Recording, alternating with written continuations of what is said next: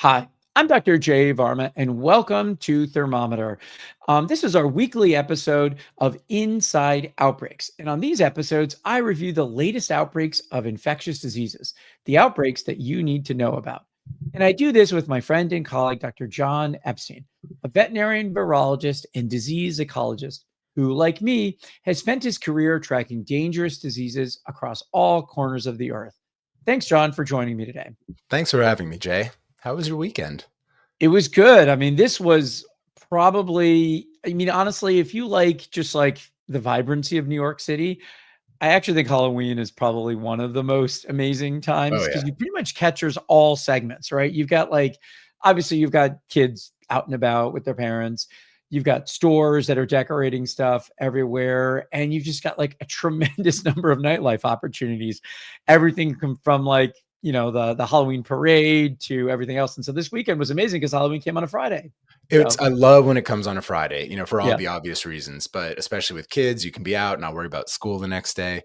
And yeah, the city is amazing. And there's, I'm now outside the city, but there are some pretty cool parades and events going on, in the burbs and the outskirts.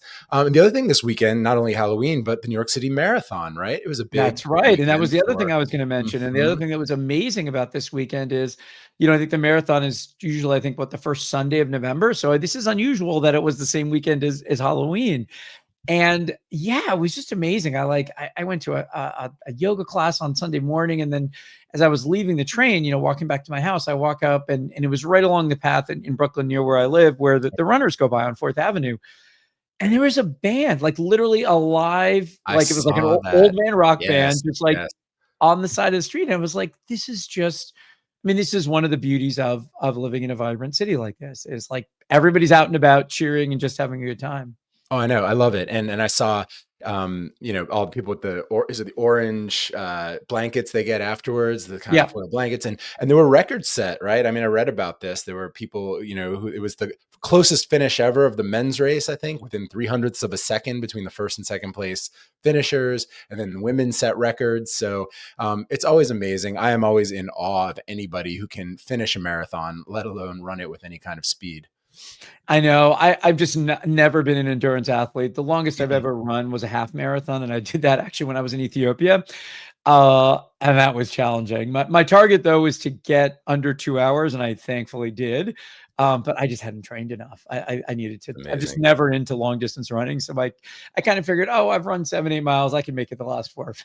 It's amazing. Oh, I'm not a runner at all. I've run some like for fun 5K runs, which is nothing, no big deal. But it was, it's a good feeling. I have to say, like when you finish a race, when you finish anything, it's a good sense of accomplishment.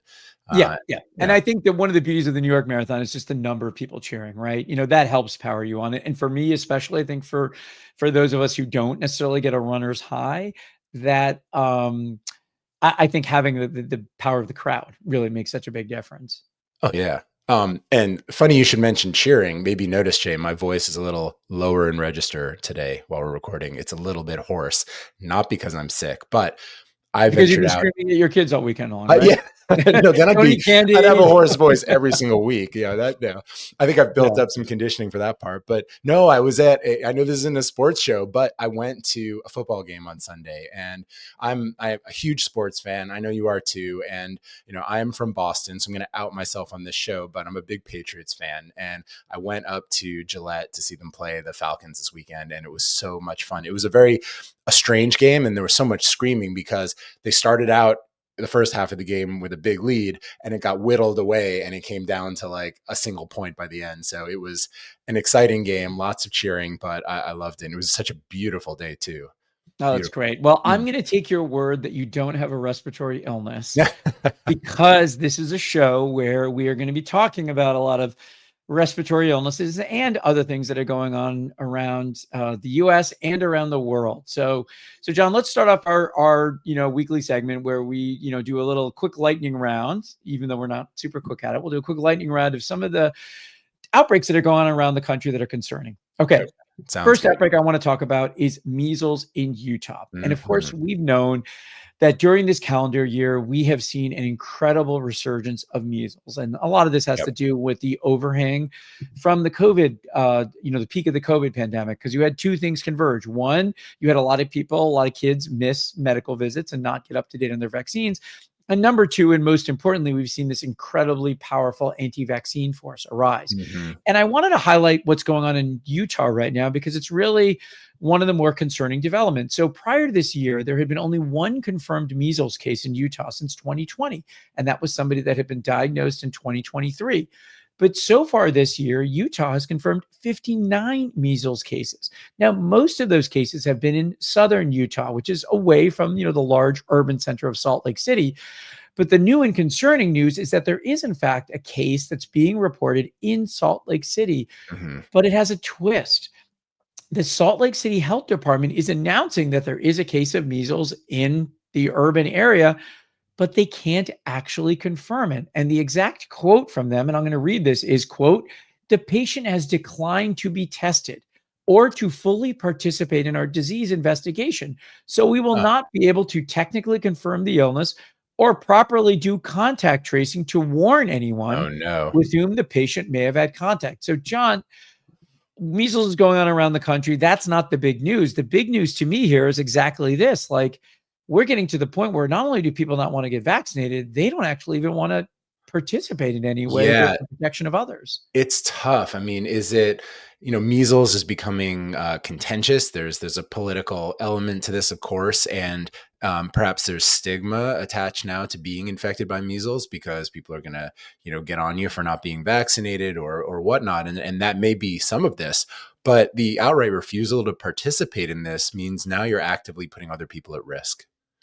And this has been a problem in the past. When I was overseeing infectious diseases for the city of New York, we had several outbreaks, particularly in the ultra Orthodox Jewish Hmm. Hmm. community, and because these are communities in which there's a lot of people living in very dense conditions, and even if a small percentage of people don't get vaccinated, and we also ran into this problem. We also ran into it, unfortunately, during COVID, where, especially when you have somewhat sort of insular or tight knit communities, they don't want people interloping into their community.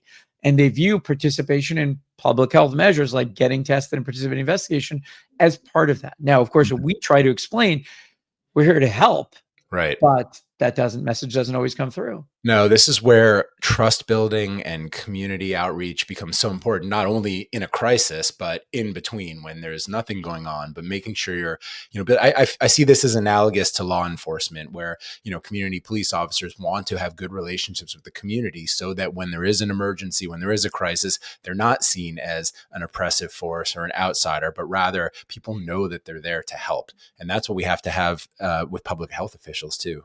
No, and you're absolutely right. And I would say that, some of the onus for this, maybe a large amount of the onus and burden, falls on public health agencies to consistently be developing relationships. One of the principles we talk about in emergency management is you never want an emergency to be a time when you're exchanging Right. business cards, right? You always want to have met the people. And if you know that there are certain communities that may be more reluctant to participate in public health investigations, you want to have established those connections and trust. Even just a good personal relationship between one person in government and one person there can make a huge difference. Yeah, and one of the fundamental challenges with public health is people are all different. There's a lot of different attitudes and perceptions. One of the really good things I saw during COVID was how much personal responsibility many people took when they were empowered to test themselves for COVID, knew that wearing masks could protect others, staying home when they're sick. These were things that weren't necessarily embedded in our society prior to COVID. People went to work sick, they went to school, they pushed forward. We had this mentality of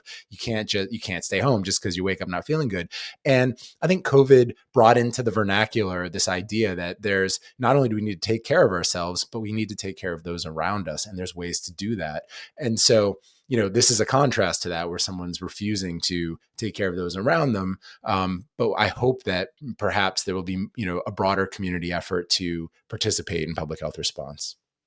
Indeed. And so you raise a very important point, which is, and this has been one of the biggest challenges, I think, and is really one of the big civic issues of our time that goes even beyond public health, which is how much responsibility do I bear Yes. to people I don't know, right? Right. To Right. strangers, right? I mean, I think pretty much everybody uniformly agrees they want to protect themselves and the health of their families, maybe a slightly larger circle around that. But this is where that tension comes in. Like, how much do I want to sacrifice my own liberty to help other people? Right. And Right. and Right. this is where government steps in. And so I'm going to transition to our next topic, because there are certain situations in which we as individuals do not have the ability to protect ourselves. And that's why we empower government.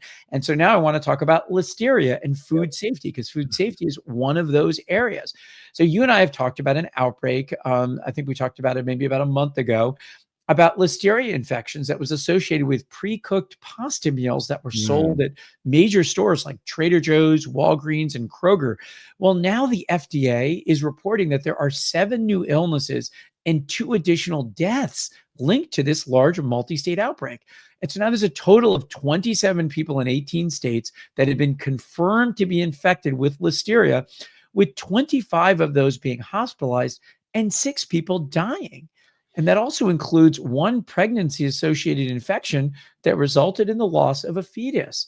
So, Jon, this is a huge problem, because there was one company called Nate's Fine Foods, which makes pre-cooked pasta meals and Mhm. then distributes them to, a huge number of major stores. So that includes Walmart and Kroger and Trader Joe's, and they get sold under things like, I'm just reading some of them here, the Sprouts Farmers Market smoked mozzarella pasta salad, Scott and John's shrimp scampi, Trader Joe's Cajun style blackened chicken breast fettuccine alfredo. And so, it turns out that despite the attempts to despite the investigation and the identification of the source, there are still people getting infected. I know it's really challenging when you ever have a mass, excuse me, a mass distribution system like we do in America with our food, particularly produced food. You can have problems along any part of the supply chain. It's incumbent upon our farming system to keep our livestock safe and healthy, so that when meat goes in and meat gets inspected, when it goes into prepared foods, it's safe there. Then there's the plant that prepares it, cooks it, packages it. There has to be safety, rigorous safety conditions there. And so all these things depend on, it's a chain. So it depends on all the links of that chain to be functional. Now, occasionally we see things get to market that are contaminated, and the reporting becomes the important thing. It's so unfortunate when people get sick, but that has to get recognized and reported, which it did here. But I see the other problem as, these are a broad array of products that are in a huge number of national chains and supermarkets. So chances are, even with the reporting, people have already purchased perhaps contaminated lots of food, even if there's a recall. They have it in their freezer. Maybe they didn't see the news, and now they're cooking, preparing it. So you see cases even after reporting. So, I mean, there are limits to what even public health can do in terms of getting the word out. And it's unfortunate when you see ongoing illness and death. So, Jay, I don't know what the answer is when things kind of delay like this. Is you have recalls, but it's hard to recall things out of your freezer if you're not aware that there's a problem. Absolutely. And this is where for people here in the United States that are watching this is where the federal government shutdown is a huge problem. And I'll highlight this. And then the next outbreak we're talking about, Hmm. these are not announced by CDC. These were announced by the FDA, Mm-hmm. which is continuing to operate and have funding, where CDC has been completely essentially shut out. In Huh. fact, there was an explicit declaration that officials at CDC are not allowed to work with state health officials right now. So you are making a very important point, which is, I don't know. I do, it's very hard to see the counterfactual, but the reality is, if we probably had much more government and advertising or communication, let's say external communication about these events, we would probably having people digging in their freezers better and getting rid of this potentially lethal food that they may have stored in Yeah. their freezers and refrigerators. And I think the other challenge that public health has in general and the federal government is, back in the day when there were 3 network channels on TV and everyone got their news from one of those 3 channels, maybe 4, you could get messages out nationally in a very uniform way. But now with this distributed new media model where people get their news from thousands of different sources, literally, it's easy to imagine people may not receive news when there's an issue like that, even nationally. Yeah, without question. And this is where social media and hopefully Yeah, channels like ours potentially make a difference. that's right. So let's move on to the next one. This is Mhm. another foodborne disease outbreak that was also announced by FDA. And this is associated with something called moringa leaf powder. Hmm. So as of October 31st, as of Halloween this past Friday, 11 people in 7 US states have been documented to be infected with a strain of salmonella called Salmonella Richmond that's been linked to moringa leaf powder products. And 3 of these 11 people have been hospitalized. Now, Jon, I want to take you inside how we investigate foodborne outbreaks a little bit. 73% of the reported cases are women with ages ranging from 13 to 65 years old. And Mhm. when I was investigating foodborne disease outbreaks, when we saw kind of a skewed distribution, let's say by gender or by certain age, it made us think there was something going on. So if you find out that, say, 73% of the cases of some foodborne disease are occurring and they're all occurring in women, Mhm. you start to think, well, what is it that women may be eating that men aren't? Right. And in this Right. situation, it sounds like it's a powdered dietary supplement, and it's been linked to something called Members Mark Super Greens powder that is Mhm. sold at Sam's Club. So many people now are using supplements. This has always been an issue. There's this kind of parallel market for supplements that are not carefully regulated in terms of FDA review, scientific study, clinical trials, the way that our medicines and drugs are. And so there's really very little barrier to bring a product to market. And I'm not criticizing any one product in particular, but rather as a general awareness that supplements can be at risk because they just aren't monitored the same way. And they're certainly not tested the same way. Yeah, and that's exactly one of the biggest problems. And there's a couple of things about this. So one, we have a sort of decentralized sort of approach to this because these, we're not really regulating them in a very meaningful way, while at the same Mhm. time having a centralized production system, right? Like, one company, we're talking about this with our foodborne disease outbreak of listeria, but you have another example where somebody creates a product, they sell it to a very large distributor, in this case, Sam's Club, which is found throughout the United Yep. States. Yep. And so it can be very difficult to detect an outbreak like this because it's distributed in what we call time and space, right? It's distributed over time because these supplements generally have a long shelf life, so they can sit around on shelves for months or years. And they're distributed in space because they could be in all 50 states of the United States. And it takes a lot of detective work to try to link all of these together and then trace them back to a source. And I'm thinking about a powdered supplement that, it's dry, it sits on the shelf, as you say, for a long time. And some of these bacterial pathogens will be stable in that condition. Other things wouldn't be, like viruses, where they would desiccate, they would dry out, they would be non-infectious at a certain point. But some bacteria have the ability to remain infectious even under those conditions, so that when it's rehydrated, when the powder is mixed in with whatever fluid, a person's still at risk, right? Yeah, I mean, that's exactly what the danger is. You're not going to be cooking these probably. And I actually had no idea what moringa powder was, so I Googled it, and it turns out that it is, colloquially known as a drumstick, and in one of the standard dishes, literally like the tomato sauce of, Italy, is to where my family's from in Indian Kerala, called sambar, which is this, sort of Hmm. peppery tomato onion kind of a mixture that you pretty much like put on everything. It's like literally always served at every meal. Drumstick was always an inherent component of it. So when I Googled this, I was like, wait, this is exactly what, my parents would always put in our sambar, which is sort of the equivalent of our pasta sauce. So Okay. That's the plant, the moringa that the leaf yeah, from. yep, Yeah, interesting. exactly. Yeah, and I guess it's, again, in a lot of these wellness circles, people think it has some type of healing power or some like immune boosting component or some nutritional value. I don't really know. I haven't evaluated the evidence, but we know, at least in this situation, salmonella is a contaminant. It is not a nutrient. So Yeah. So, like with other foodborne products that get contaminated, this would involve a recall. It involves people being aware. I'm sure that the stores are pulling it off the shelf if it's associated with lots that were known to be contaminated, right? That's the yep, next that's step. exactly why these are being announced by FDA. They're an Yeah. attempt to recall, and usually what they do is they rely on the distributor, in this case Sam's Club, to actually, make the to first of all pull it from its shelves, and then in some way try to contact people. But that Mm. often doesn't. That last piece doesn't actually happen. But the recall is specifically about pulling it off your shelves and then trying to make public notifications. But again, this is where channels like ours, any other channel that you can think of, if you know people that shop at Sam's Club and like to buy supplements, it's going to be important for them to be thinking about, the possibility that some of them in this situation were at risk.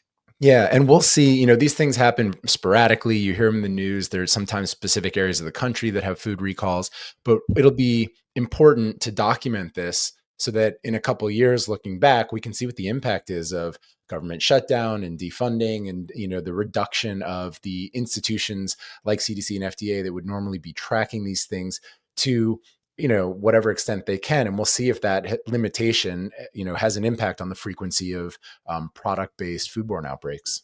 Yep, exactly. Yeah, and this is one of the tensions that we face in public health. Like we don't know, like if something's not being reported, we don't know whether that's because the food is safer or because people aren't looking. Right. Right. That is the inherent challenge. It's always extremely difficult to understand what it is we might be missing. All right, so let's Right. move on to the next one. So now we're moving outside the United States, but I wanted to highlight something because I think it does potentially have some really important implications for our health here in the United States. And that is that Japan is currently experiencing a massive outbreak of influenza. Hmm. And as of mid-October, over 6,000 cases of influenza virus have been reported in Japan. And these influenza outbreaks are really causing massive disruption. More than 100 schools have already closed because of widespread influenza outbreaks, and hundreds of people have been hospitalized, including young children under the age of 14.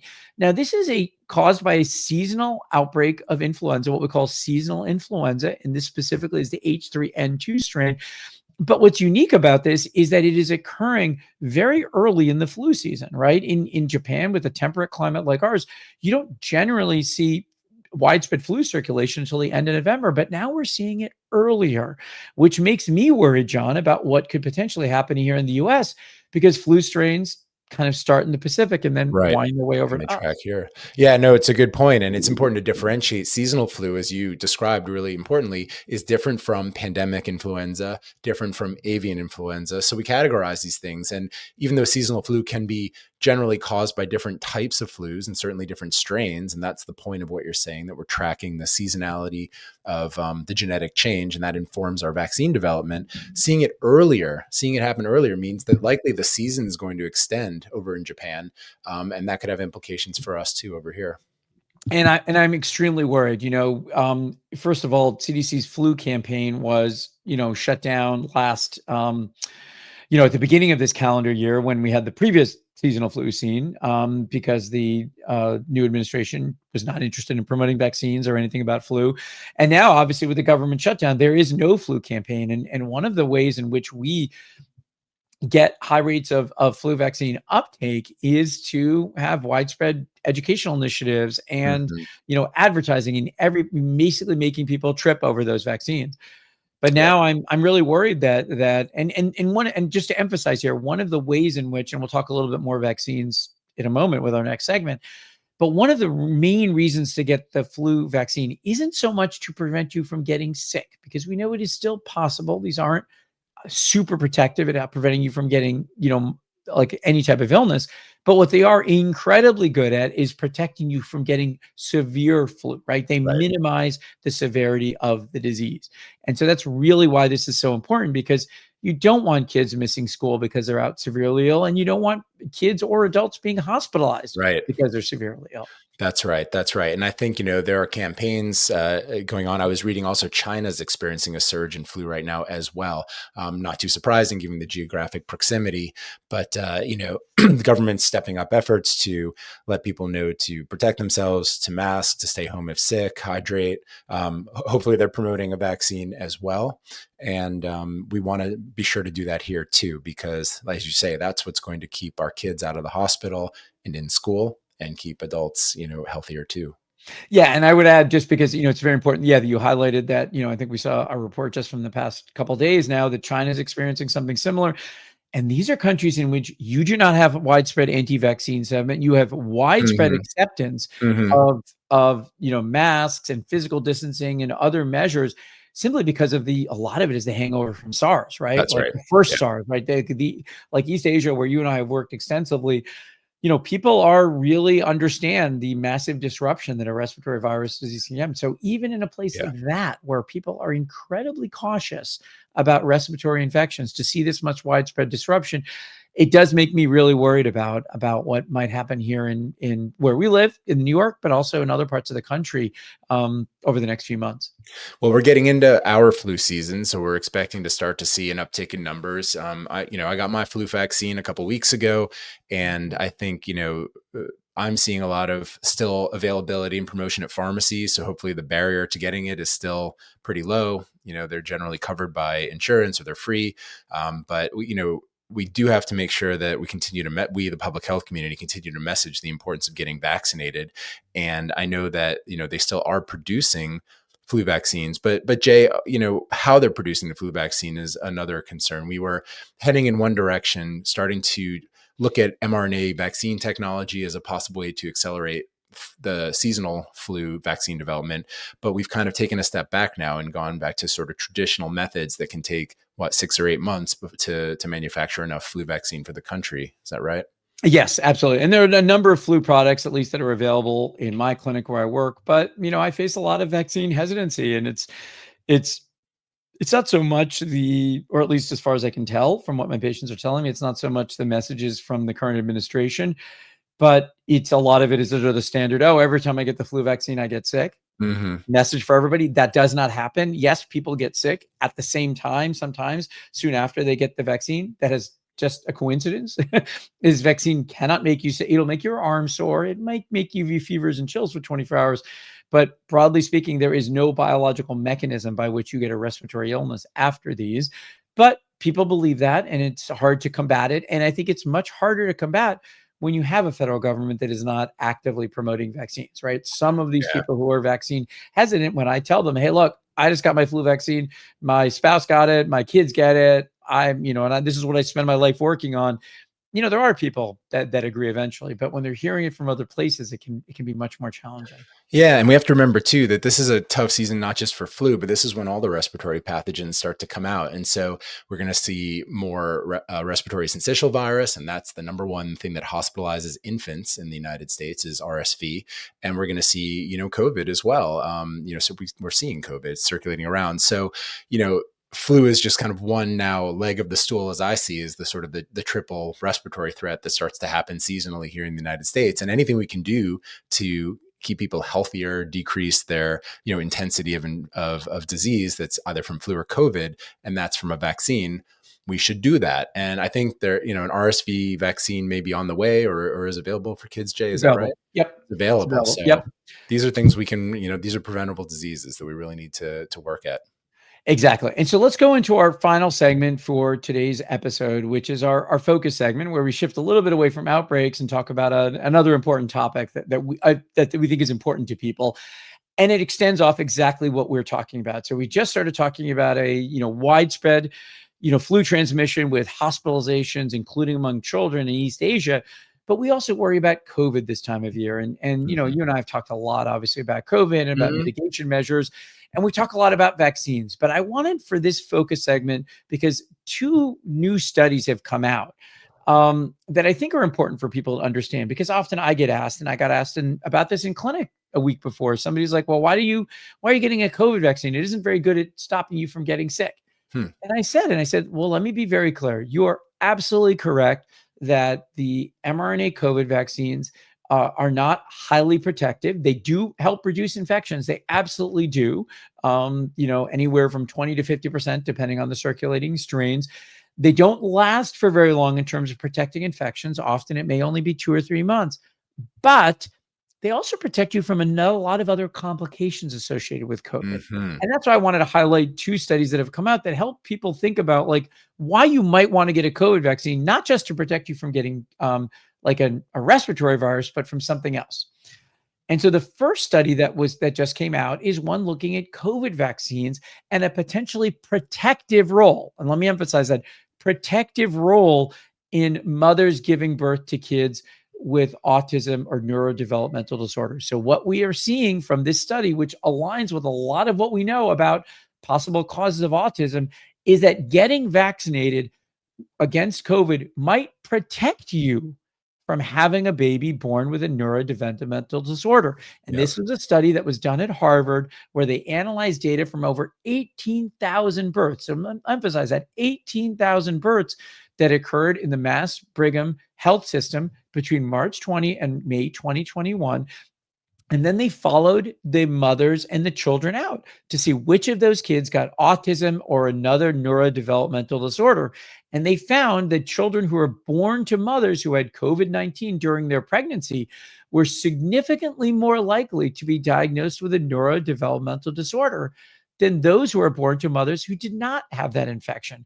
So getting vaccinated to prevent getting a COVID infection can, in fact, have some role in protecting you from having a baby born with one of these neurodevelopmental disorders. So, Jon, what do you think about this?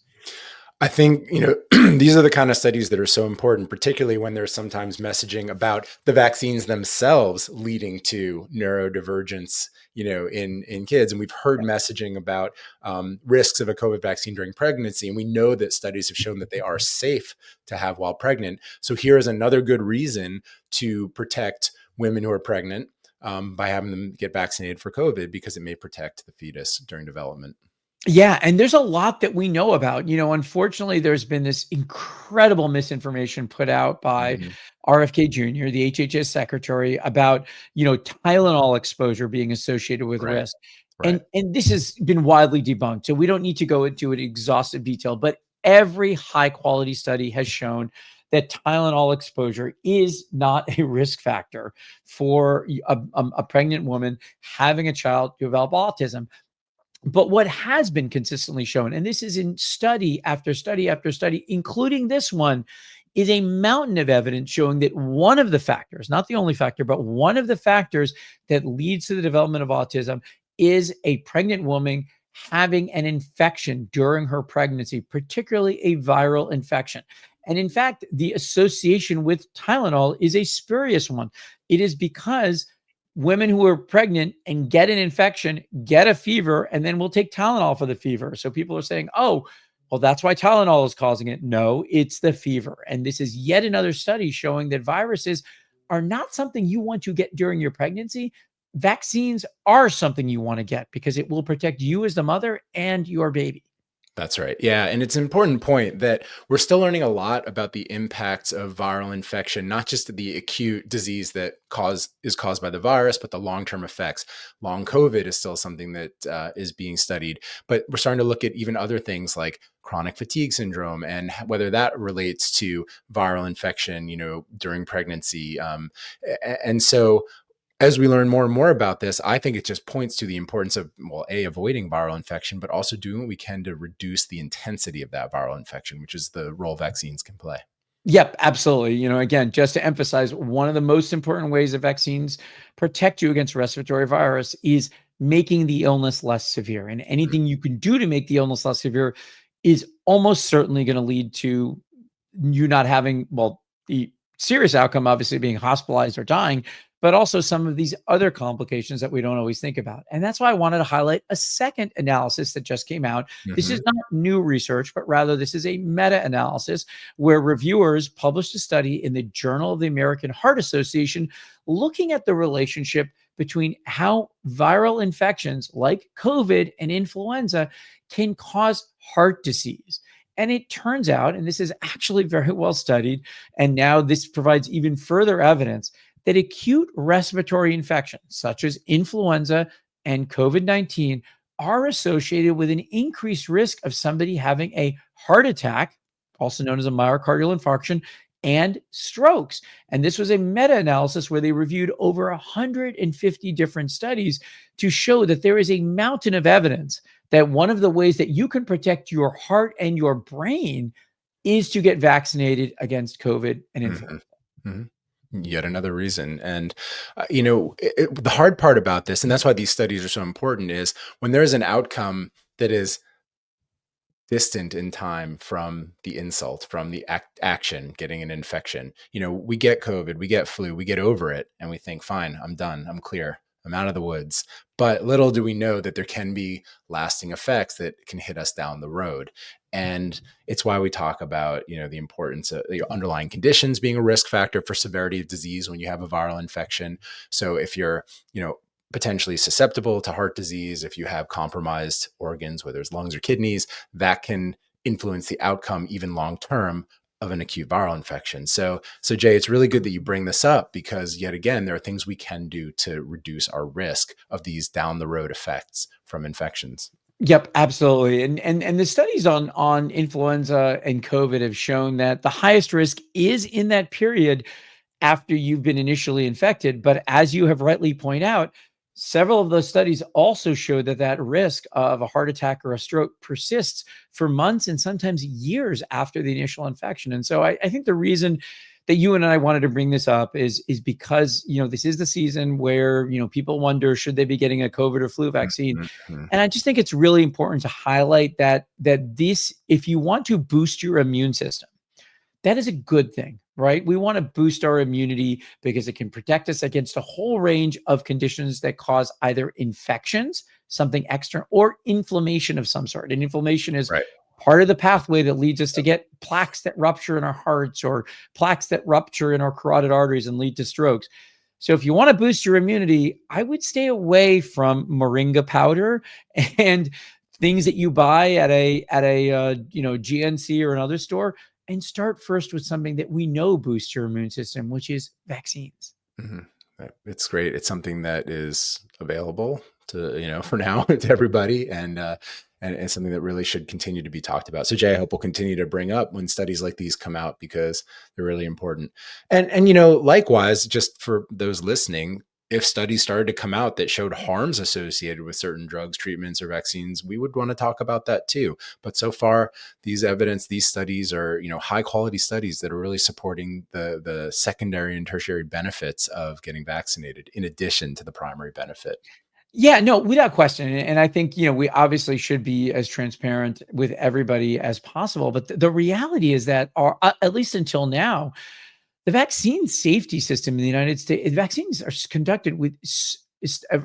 not approved until they have been extensively tested. And even Mm-hmm. the COVID-19 vaccine, when people say, oh, it was rushed, it was like the equivalent of rush delivery for your packages, right? It doesn't mean you're not going to get your product and it isn't the same. It's just that it's coming faster. And you can get that when you marshal all of the resources of the US government. And it's, I'm not a fan of President Trump, but I will give him and their administration incredible credit for Operation Warp Speed and Yep. generating highly effective and safe vaccines for COVID in what was really record time. And so we need to trust that despite people's appropriate criticisms of government, including now, that up until now our vaccine, approval system is done with such rigor, and the post-marketing surveillance of vaccine complications is so intense that it's pretty uncommon to get vaccines out there that cause danger. And when they do, like the rotavirus vaccine in the 90s, they get pulled really quickly.